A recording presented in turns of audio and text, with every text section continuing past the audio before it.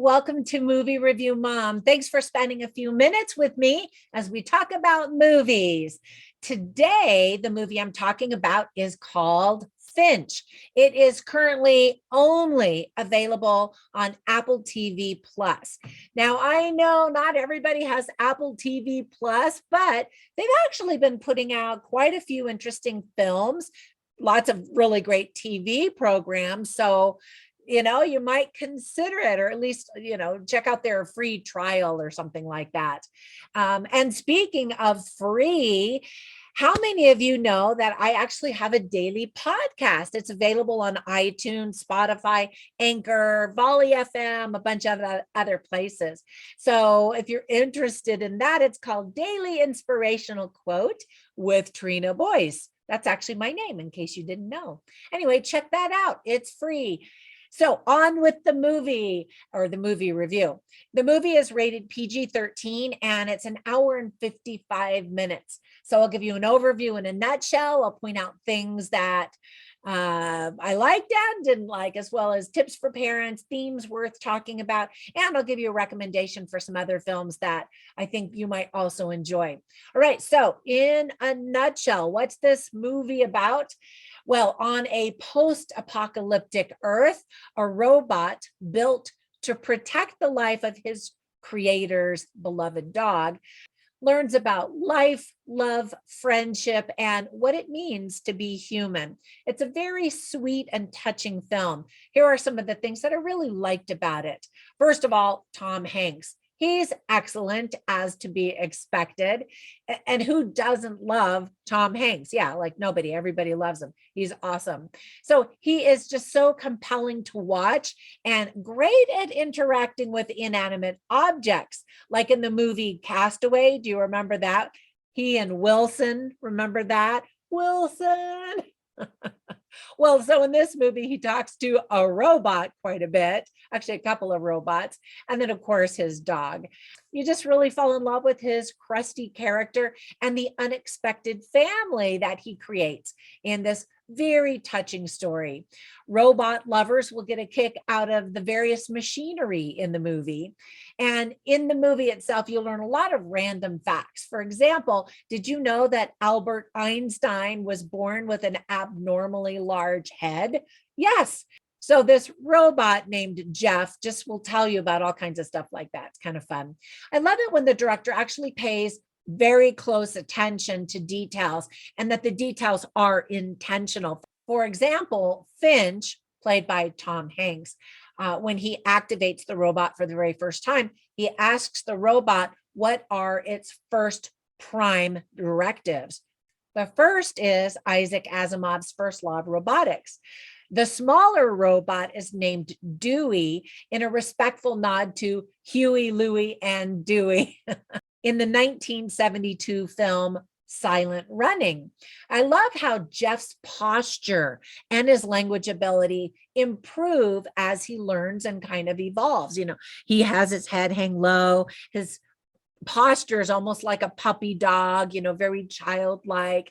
And the robot design itself is pretty cool. He cracks me up when he puts on a coat and puts the hood on, and it just changes how you see him from a machine to really adopting these human characteristics as he learns about humanity. And I think it's very cleverly done. The movie was originally called Bios. So which title do you think is better, Bios or Finch? Comment down below. Tell me what you think. And maybe there could have been an even better name if I really thought about it. I'd probably come up with something. The soundtrack itself is very delightful, and we even get to hear Tom Hanks sing American Pie several times. There's a scene where the traveling trio sees the aurora borealis. Experiencing those famous northern lights has been on my bucket list for years, and I'm so excited I finally had the opportunity to check that off of my bucket list just last week when I went to Iceland. Yay! Whoop, whoop. It is just as amazing as you would hope and think it was. Now, we had some cloud coverage, and so it wasn't as vibrant and amazing through the natural eye. But our tour guide had this really cool camera that had some filters on it. And so we were like, whoa, that's what's behind all the clouds. It was amazing, and so magical. Everyone should have a bucket list.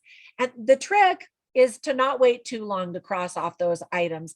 Don't wait until someday. Take it off the wish list, put it on your calendar, make it happen. And yes, most of the items on my bucket list involve travel, and it costs money, time, of course, and then we've got the whole pandemic that's messing with international travel, but it's still doable. So save those pennies, earmark them, make it happen. It gives you such a feeling of empowerment to actually do something on your bucket list. So anyway, that's why I didn't post videos for about a week, is because I was out of the country.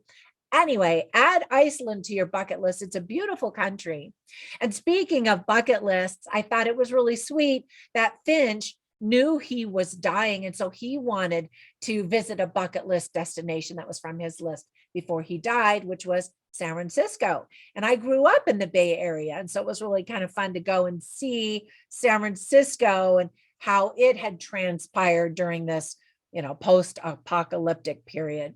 Anyway, some really important truths about life are taught in this whole movie.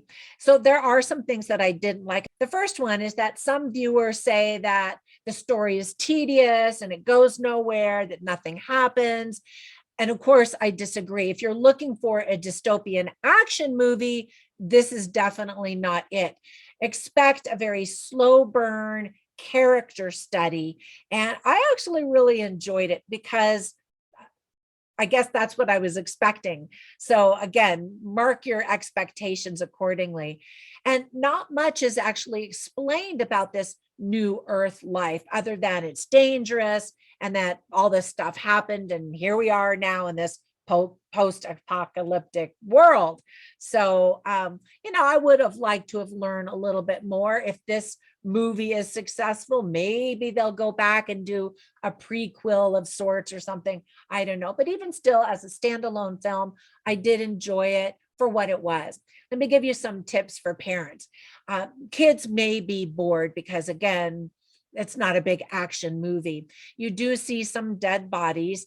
Someone drinks alcohol. You see a nude Tom Hanks from the side, although there are no private body parts. It's not obscene or anything like that. It's just, part of what's happening in his life. There is some gun violence in the background of a scene that takes place. People and creatures in perilous situations, several scenes with blood, some profanity, and of course, talk and portrayal of life and death. So some themes that are worth talking about are lesson number 5, live a little. I like how there are lessons that this robot is being taught and how he learns to incorporate them in his life experience. Other lessons are trust, hope, friendship, companionship, initiative, survival, bucket lists, and of course, humanity and what it's like to be human, both for the human in the story, Finch, and for the robot, who's the inanimate object, learning about humanity. So I always write down funny lines and interesting lines on my moviereviewmom.com website, but I'll share one of them with you right now. So Jeff, the robot, decides he should have a proper name. And so he's throwing out name ideas, and Finch is like, no. And he's like, will you call me William Shakespeare? And Finch says, that's taken. I just thought that was kind of cute.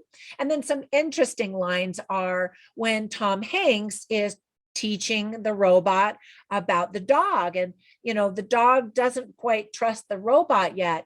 And the robot's kind of sad about that. And so Tom Hanks explains, he doesn't trust you yet. That takes time.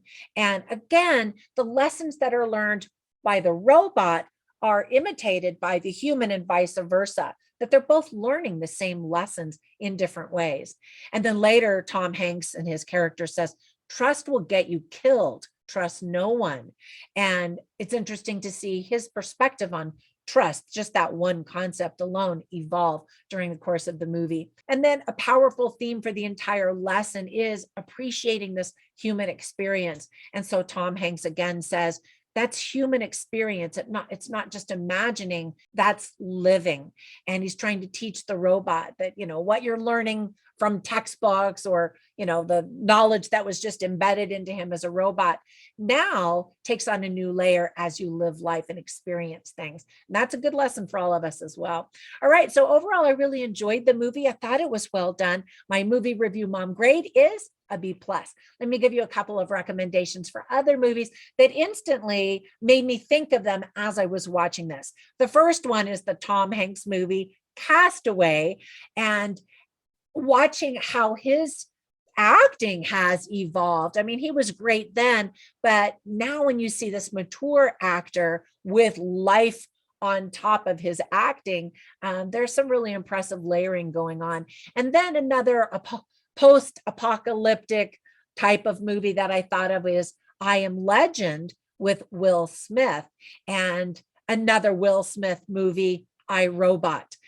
So they kind of all have that similar vibe of looking at life, looking at this new world and a dystopian type of a world. And then the messages of life and love and that kind of meaning, that kind of stuff. All right, that's it for today. I hope if you watch this movie that you do enjoy it. Thank you so much for all of your support. Be sure and subscribe. Tell your friends to join us over here. Give it a thumbs up. That helps to spread YouTube juice all over my videos and helps my channel to grow. And so I really appreciate that. Have a fantastic day, and I will see you in the next one. Bye for now.